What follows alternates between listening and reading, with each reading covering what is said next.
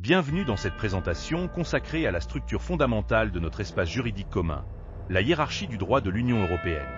Nous allons explorer comment les différentes normes s'articulent pour garantir la cohérence et l'unité du droit au sein des États membres.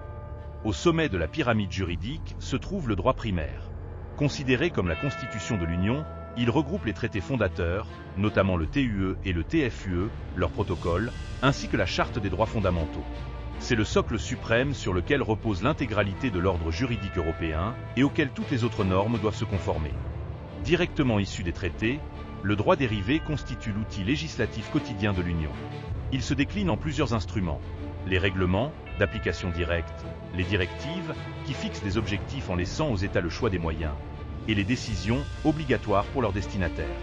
Les recommandations et avis, bien que non contraignants, complètent cet arsenal juridique qui doit impérativement respecter le droit primaire. Parallèlement aux textes écrits, les principes généraux jouent un rôle de garde-fou essentiel.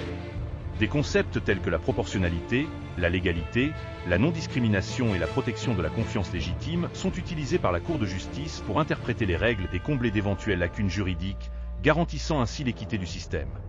La jurisprudence de la Cour de justice de l'Union européenne est une source de droit dynamique. Par ses jugements exécutoires, la Cour ne se contente pas de trancher des litiges. Elle interprète et précise le sens des traités et du droit dérivé.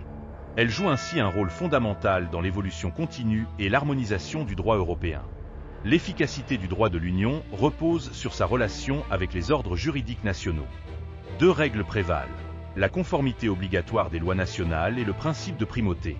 Ce dernier garantit qu'en cas de conflit entre une règle européenne et une règle nationale, c'est le droit de l'Union qui prévaut afin d'assurer une application uniforme sur tout le territoire.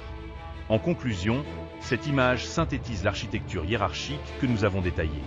Ce support visuel, ainsi que sa traduction, ont été conçus avec l'assistance de l'intelligence artificielle copilote de Microsoft pour offrir une vision claire et structurée des piliers juridiques qui soutiennent l'Union européenne.